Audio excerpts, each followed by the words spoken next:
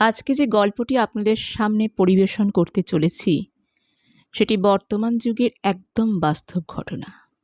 তাই গল্পটি সবাইকে মনোযোগ সহকারে শোনার জন্য অনুরোধ করলাম।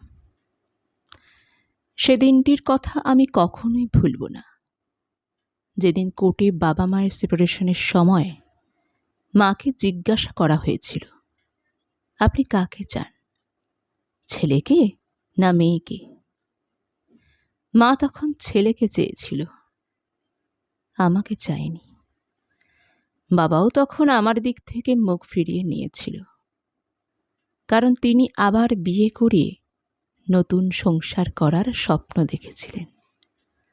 অযথা আমাকে নিয়ে নতুন সংসারে বোঝা বাড়াতে চাননি।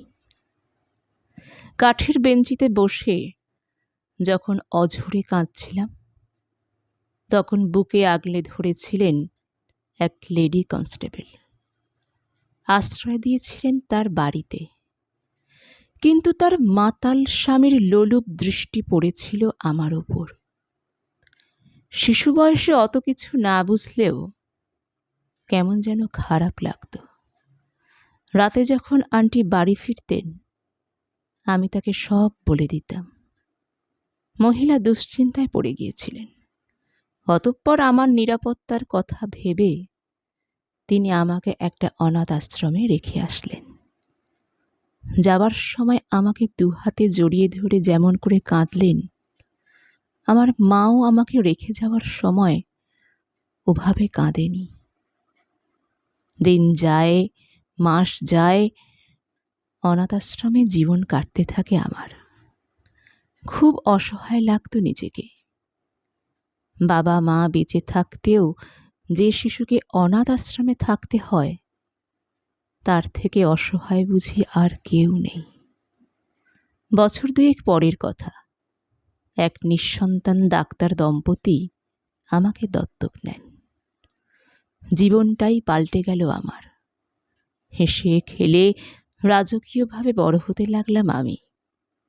আমার নতুন বাবা মা আমাকে তাদেরই মতো ডাক্তার বানাতে চেয়েছিলেন, কিন্তু আমার একগুঁয়ে ইচ্ছে ছিল একটাই, আমি লয়ার হব।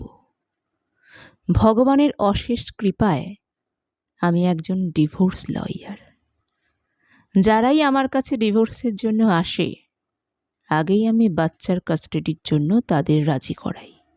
কারণ বাবা মা ছাড়া একটা শিশু যে কতটা অসহায়, তা আমি ছাড়া কেউ জানে না। চেম্বারে বসে খবরের কাগজ পড়ছিলাম। হঠাৎ একটা নিউজে চোখ আটকে গেল। এক বৃদ্ধা মহিলাকে তার ছেলে আর বউ মিলে বস্তায় ভরে রেল স্টেশনে ফেলে রেখে গেছে।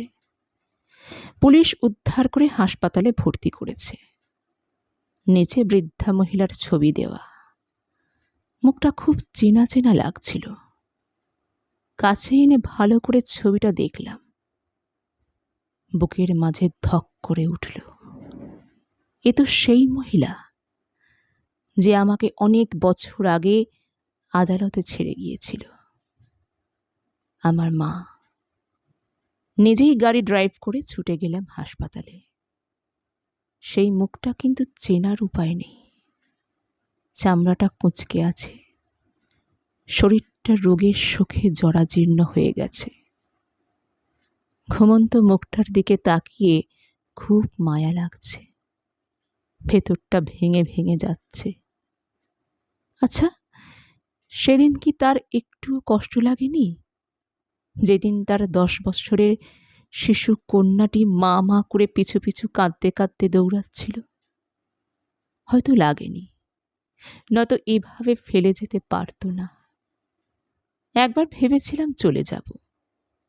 হঠাৎ দেখি তিনি ঘুম ভেঙে চোখ পিটপিট করে আমার দিকে তাকিয়ে আছেন। বুঝলাম চিনতে পারেননি, চেনার কথাও নয়। আমি আমার পরিচয় দিলাম। কয়েক সেকেন্ড নিষ্পলক তাকিয়ে থেকে হাউমাউ করে কেঁদে ওঠে। নিজকৃত কর্মের জন্য বারবার ক্ষমা চাইতে থাকে। নিজের বুকের সাথে শক্ত করে জড়িয়ে ধরি মাকে। মাকে পাওয়ার পর বাবার জন্য মনটা উতলা হয়ে ওঠে। মায়ের কাছ থেকে ঠিকানা নিয়ে বাবার অফিসে যোগাযোগ করি। জানতে পারি কয়েক বছর আগেই রিটায়ার করেছেন তিনি। বাড়ির ঠিকানায় গিয়ে দেখি উনি নেই। ওনার দ্বিতীয় পক্ষের ছেলে মেয়েদের জিজ্ঞাসা করে জানলাম রিটায়ার করার কিছুদিনের মধ্যেই তিনি প্যারালাইজড হয়ে বিছানায় পড়েন। অযথা একটা রুম দখল করে নোংরা করত, তাই বিরক্ত হয়ে ছেলেমেয়েরা তাকে একটা সরকারি বৃদ্ধাশ্রমে রেখে আসে। অযথা ঘরে বোঝা বাড়িয়ে কী লাভ? ওদের কাছ থেকে ঠিকানা নিয়ে বৃদ্ধাশ্রম গেলাম।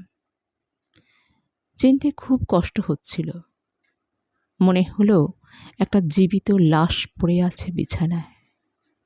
পাশে বসে হাতটা ধরলাম। পরিচয় দিতেই মুখ ফিরিয়ে কাঁদতে লাগলেন।